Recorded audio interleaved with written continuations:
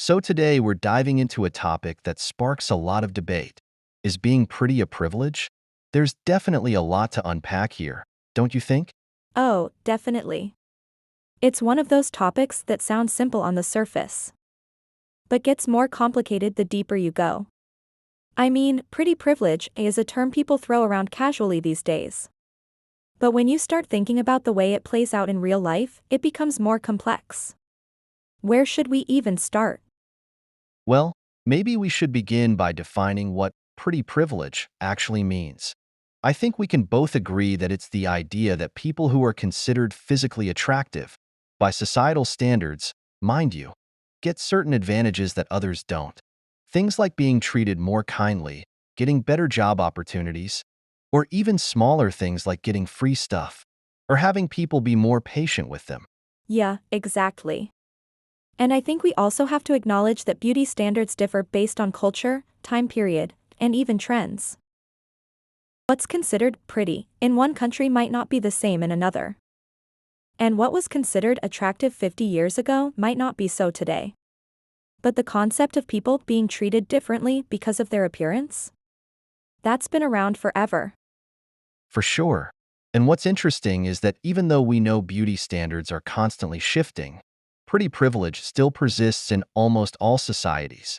It's like, no matter how much we try to talk about inner beauty or how we value personality over looks, there's still this undeniable bias in favor of people who fit the current standard of attractiveness. Right. And it's not just an individual bias either. It's systemic. Think about things like media representation. How often are we seeing people who don't fit the beauty norm in lead roles or in advertisements? It's always people who are conventionally attractive. So from a young age, we're conditioned to associate beauty with success, happiness, and worthiness. Exactly.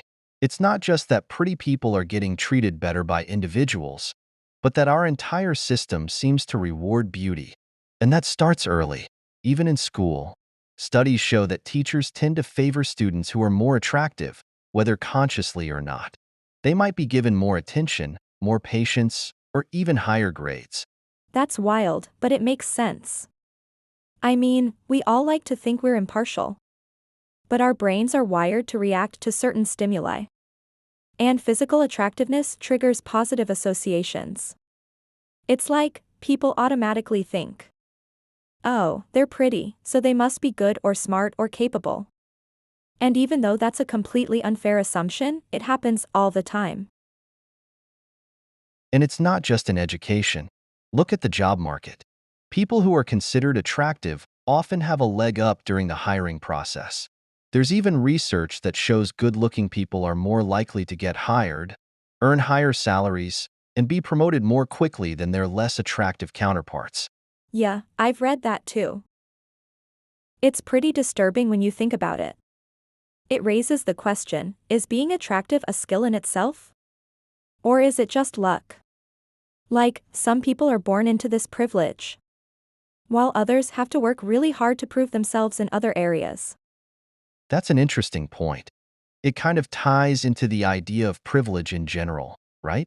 Like how someone can be born into wealth or into a specific race or gender that's favored by society. In the same way, some people are just born with looks that align with the beauty standards of their time, and that gives them an advantage. Yeah, it's like an invisible head start. And it's funny you mention other forms of privilege.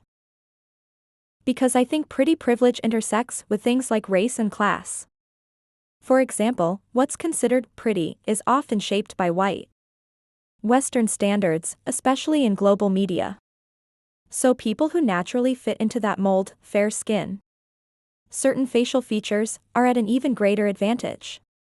Absolutely.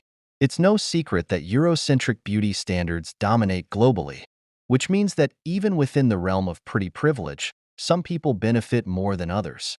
A white woman with conventionally attractive features is likely to experience more of that privilege than, say, a woman of color who doesn't fit those same standards. And let's not forget about gender. Women, in particular, are often judged more harshly based on their looks.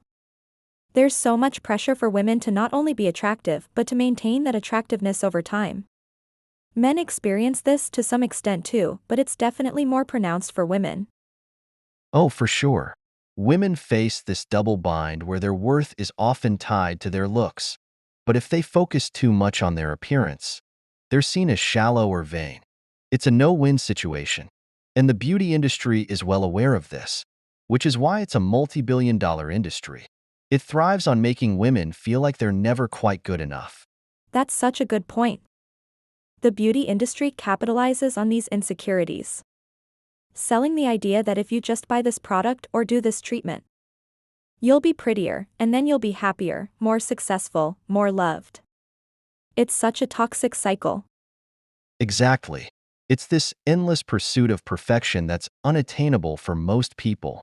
And what's even more frustrating is that for those who don't fit the beauty mold, the world can feel incredibly unfair. It's like, not only do they not have the privilege of being treated better for their looks, but they also have to work harder to prove their worth in other areas. That's a great point. And it's not just about proving their worth to others, but also to themselves. I think people who don't fit into conventional beauty standards often internalize these societal messages, which can lead to low self-esteem, depression, or feeling like they're not enough. Yeah, it's such a damaging cycle. On the flip side, though, I've heard some people argue that being too pretty can actually be a disadvantage. Like, some attractive people say they're not taken seriously, or that they're judged based on their looks and not their capabilities. That's interesting because I do think that happens. Especially for women, there's that stereotype of the dumb blonde or the trophy wife. Attractive women are sometimes assumed to lack intelligence or substance, which is unfair in the opposite direction. Yeah, it's like there's no winning. Either you're not attractive enough, and you're judged for that, or you're too attractive, and people think you have nothing else going for you. It just goes to show how deeply ingrained these beauty standards are in our society. Exactly. And then there's also the fact that beauty is fleeting. You could have pretty privilege in your 20s, but what happens when you get older? Society tends to discard women as they age, especially if their worth has been tied to their looks. That's such a good point. Pretty privilege is temporary, and it can be really hard for people who have benefited from it to suddenly lose it. It's like their value in the eyes of society diminishes, and that's a tough thing to grapple with. Yeah, it's like, how do you transition from being seen as the pretty one to something more lasting? And for some people, that transition isn't easy because society doesn't really prepare us for it. Totally. So, in conclusion, it's pretty clear that being pretty is a privilege, but it's a complicated one. It can bring advantages, but it also comes with its own set of challenges. And ultimately, I think the bigger issue is how much we, as a society, value physical appearance in the first place. I couldn't agree more. At the end of the day, it's not just about whether being pretty is a privilege, but why we've created a world where it matters so much. I think we could all benefit from focusing less on appearance and more on what people bring to the table beyond just their looks. Absolutely. Here's hoping we can move toward a world where people are valued for who they are, not just how they look. Thanks for diving into this with me today, Lily. This was such an insightful conversation. Thanks, Sam.